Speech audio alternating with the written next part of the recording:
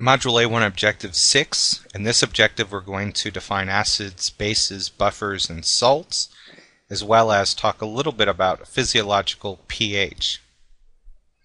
pH is the concentration of hydrogen ions in a solution. A neutral pH is one in which you have hydrogen ions that are balanced with hydroxide ions. For instance, if we have a container where your hydrogen ions are balanced by your hydroxide ions, you have a neutral pH, and we have a scale that measures pH, and the neutral pH is 7.0. Pure water has a neutral pH of 7.0. Human blood, the pH of our blood ranges from 7.35 to 7.45, just to give you an idea of how pH is affected to the body. We classify anything with a pH lower than 7.0 as being acidic. Acidic solutions have a very high hydrogen ion concentration. That's what makes it acidic, and a very low hydroxide concentration. In fact, the more hydrogen ions you have, the more acidic the solution becomes. This would be a very acidic solution due to the high hydrogen ion concentrations. Alternatively, if we were to look at the basic or alkaline, these are solutions that have a pH higher than 7.0. And these are cases in which the hydrogen ion concentration is very low and the hydroxide concentration is very high.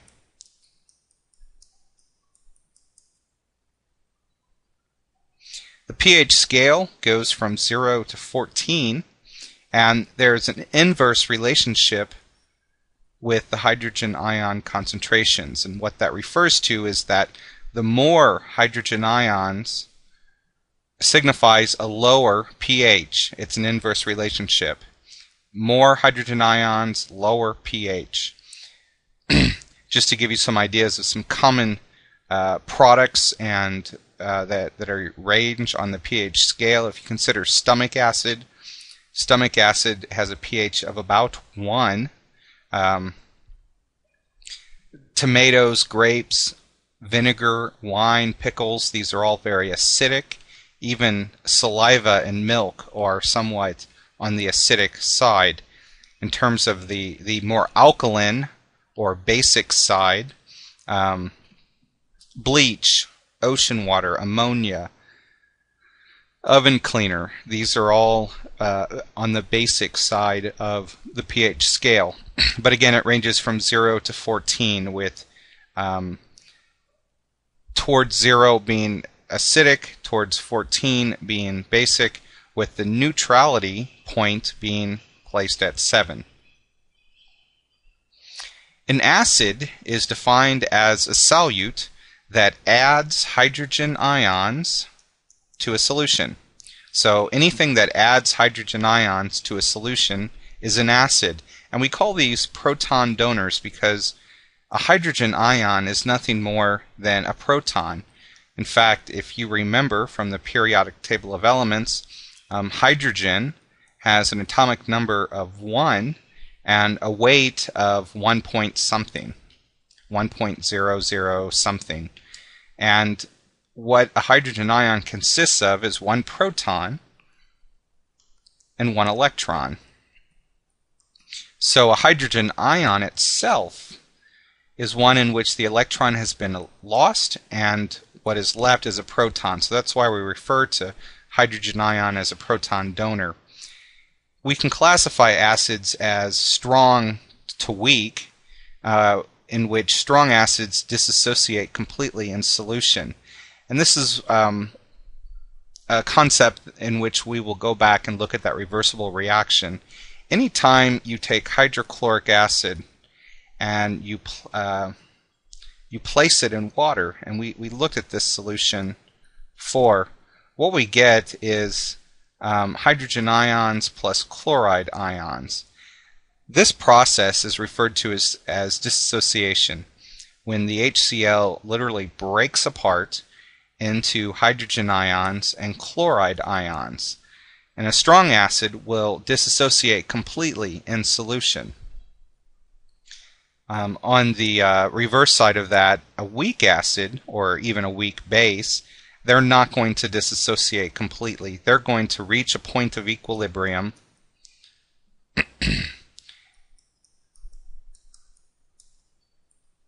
and once equilibrium has been reached, the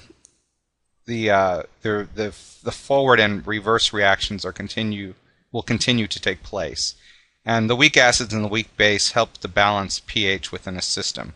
In terms of base, likewise, a base is a solute that removes hydrogen ions from a solution. They are proton acceptors, and strong bases dissociate completely in solution as well. We will revisit acid-base physiology in mainly in AMP2 when we look at the respiratory systems, the urinary systems. We will revisit, but for now I think this would be sufficient. Salts are solutes that dissociate into cations and anions, with the exception of hydrogen ions and hydroxide ions. Of course, these are going to be acids and bases. So a salt would be any other solute, and we haven't really defined solute. We'll cover that in the lab. But solutes that dissociate into cations and anions. Remember, cations being positive ions and anions being negative. Sodium chloride is a good example of salt, and one in which we're all familiar with. When we place salt crystals in water, the salt will dissociate.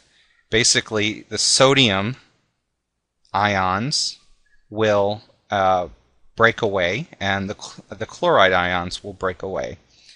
In fact, they kind of get surrounded by water molecules, and they're pulled off of the crystal. But this is a good example of a salt. Buffers. Buffers are weak acids or salts, and they're going to neutralize strong acids or strong bases. In the body, sodium bicarbonate is a very good example of a buffering system, and this helps maintain that blood pH is 7.35 to 7.45. Just to kind of give you an example, people can overdose on antacids.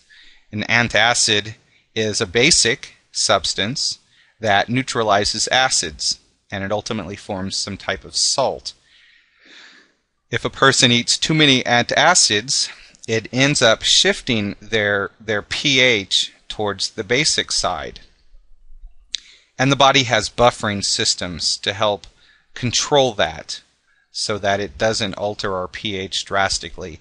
If our pH becomes too basic or too acidic, it could quickly lead to physiological pathology and death. So it's very important to maintain a very stable pH, and this is where buffers come into play. Antacids, you would really have to be chewing up bottles of Tums in order to have a major effect on your blood chemistry. But there are other instances. For instance, when a person works out too rigorously, they end up with the buildup of lactic acid. This is what creates the burn after a good workout.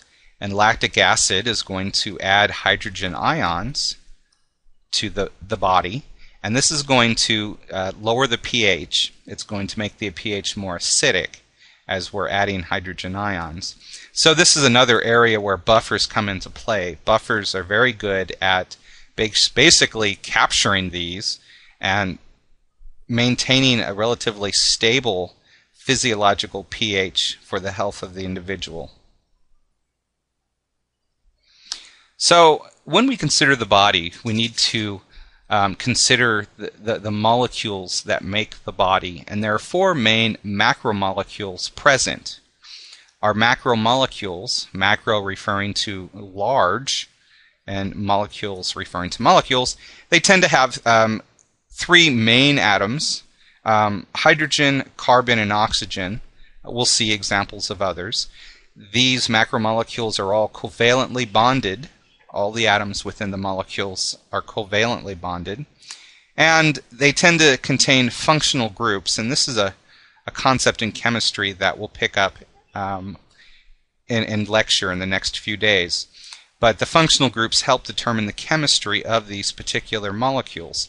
The four macromolecules in the body are carbohydrates, lipids, proteins, and nucleic acids. So basically, if you were to take the human body and break it up into four piles, you would have a pile of carbs, a pile of fats or lipids, a pile of protein, and a pile of nucleic acids. These are the four main macromolecules in life.